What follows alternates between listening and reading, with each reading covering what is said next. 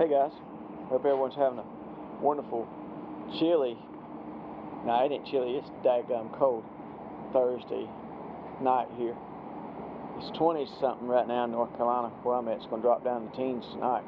Anyway, down here at the old hot rod shop, getting a few things ready for after surgery, I guess. I might get it done before surgery, but I got a lot of other stuff to do. Have me something to do when I get done. Anyway, what we're going to do is we're going to TIG weld this little hole in this tank right here. It's just got a little small pinhole right there. Dent was in it and somebody just bondoed over it. Bondo! It bubbled, obviously. These are one of the original tanks for my 1990 Springer Softail. And I won't put them back on it because they're the 3-gallon tanks. So how close the gas cap opening is to the side of the tank, it almost falls off with the 5 gallons. You know, there's like this much more tank out here. But I like these. I think they look better. Like I stated about that FLH, I think the 3.5 gallon tanks look better. These are nice tanks. They're rubber mounted. They don't break tabs like that old stuff does. But anyway, that's what's wrong with it. I got my little TIG station cleaned up here. Got my chair ready. I didn't get everything organized like I wanted. I still got all my holding clamps and all that stuff down here. I got a few that I use. Probably won't need anything to hold this. I keep some metal plate for weight, for one thing, hold something down. And also, it's just good to have on the table if you need to ground it, something to ground to the table too. It's a good thing about these welding tables. This is not a $10,000 table. It's a clutch. You can buy them at Northern Tool. I've got 2 of them. I got another one put beside this one and extend it so I can put frames on it. That's the idea for setting it up here in this area. And then get the curtains, the welding curtains to go around it. Because there's a bike sitting right there, the anniversary bike sitting right there, so we'll put a curtain right there so it don't get any welding splatter on it. I got my welders set up over here. They're right across the walkway, right through my doorway going into the body shop there. And I don't even have to move the welders. I can just take there's my plug. I can just take my ground and my TIG torch and reach right over there. There's keep my welding blanket on it. Just reach right over there. Just turn the gas on back there. I can set my flow back here. Set it, here. And just go right over there and weld. Set my settings here. These are pretty good welders too. I've got 2 TIG welders from Clutch. This one does everything. It does steel and aluminum. The other one I have only does steel. But it's got more amps. The other one has more amps. This one does both. The other's a 240 amp. This one's a 200 amp. I saw Billy Lane use the 240 amp, I think it was. Maybe it's this one, I don't know. He used one on video. It worked good for him. Of course, he's got a $10,000 Miller water-cooled welder, too, that he really uses. But for TIGging around here, it's fine for what I'm going to do. I'm not a professional welder. Don't claim to be. I'm a little MIG over here. I'm a little Eastwood MIG, which is made by ESAP, I believe. But anyway, I don't claim to be a welder. I got my torch set up over there. Don't claim to be a welder. Stick stuff together. Seems to hold. I make it look good. But anyway, so that's what I'm going to do after surgery. When you're TIG welding, you want to be very comfortable. I started TIGging before. I don't know, there's some junk right around here I TIGged on. I don't sound a welder, but there's some stuff back there I TIG welded on. And I have these little exercises that I can do. So these are exercises. You can order them. You can weld them together. I made a dice that first time.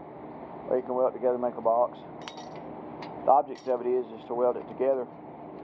It's welding exercises, like you went to welding school. That's what you learn. But you weld them together and make things out of them. But the object is to weld it together. And like I said, it's for welding, for testing. But nobody's gonna test me. I'm just a yahoo out here doing it on my own. But I have watched a lot of videos, bought some TIG books. My uncle used to be a pretty good TIG welder. Learned some stuff from him. The thing about TIG welding, you want to be comfortable. You've got to be comfortable. In other words, when you sit, I'll adjust the seat back up. I got this adjustable seat for that. It's got a nice ring on it to put my feet on to prop, one foot, because I've got the pedal. This one's a pedal. And, I have another one at my other shop. It's a TIG welder that it's got the roll control on the TIG torch. It's one my uncle used to use, but I wanted that one for this.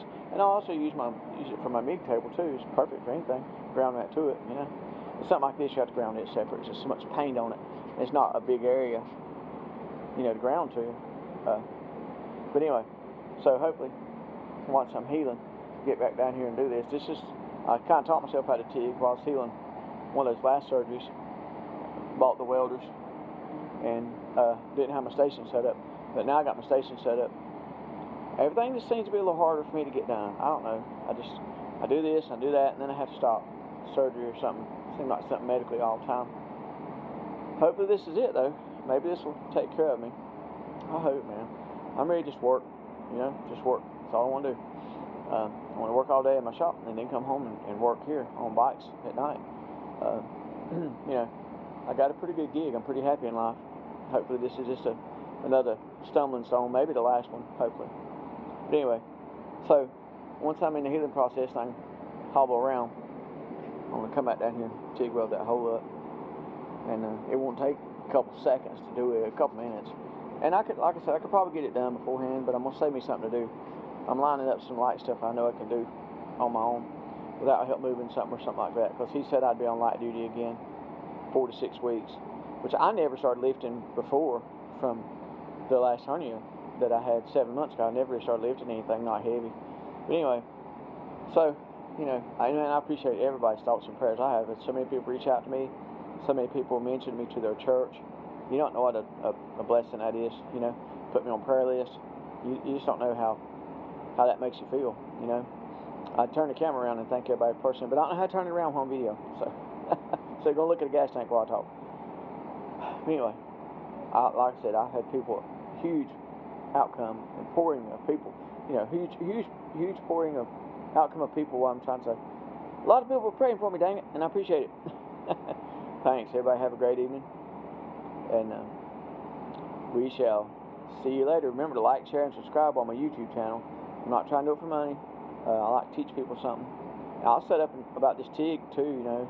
I'll set up on my stand over there about this TIG when I start TIGing, hobbling around a little bit. I learned on like some real thick steel like that. That's easy to TIG on. Then I learned on some real thin stuff like that over there. Then I did some exercises with that exercise stuff. And I got pretty good at it.